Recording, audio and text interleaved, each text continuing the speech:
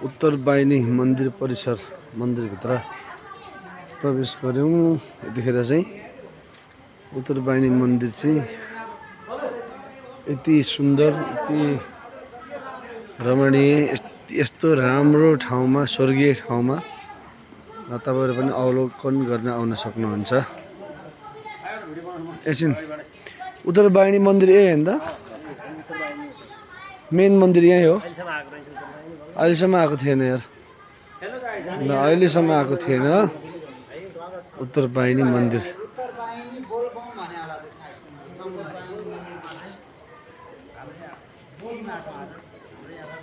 ल यति राम्रो रमणीय ठाउँ अहिलेसम्म आएको रहन्छ। हेर्नु त, तपाईँहरू पनि आउनु होला है यो मन्दिर घुम्नलाई, दर्शन गर्नलाई।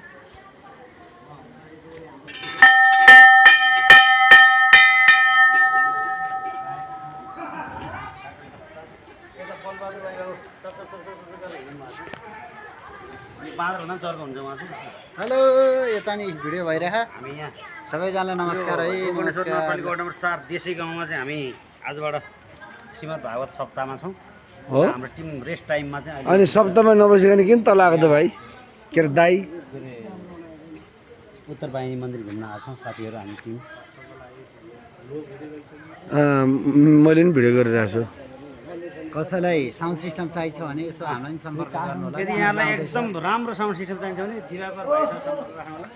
दिवाकर भाइसँग सम्पर्क राख्न मिलेन भने मलाई भन्नु होला, म उहाँलाई भनिदिन्छु। होइन सिधै देवगर भाइलाई भन्दाखेरि सुपथ मूल्य पाइन्छ, यता भन्दाखेरि बिचमा कमिसन खान्छ यो मान्छेले।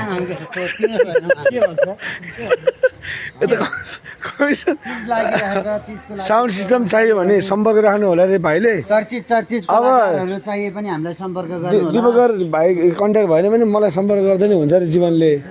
अब उसले त कमिसन खान्छ भन्ने कुरा हो, भाग्यो। कमिसन खान्छ भनेको भाग्यो।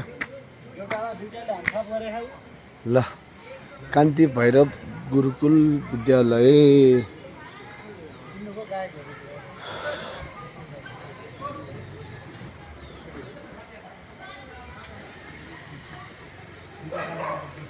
गोकर्णेश्वर नगरपालिकाभित्र पर्ने अत्यन्तै रमणीय ठाउँ उत्तरवाहिनी मन्दिर। आनन्द लाग्छ यहाँ बस्न के वरिपट्टि भातको कुरा भने भात पहिलाको पनि थियो माथि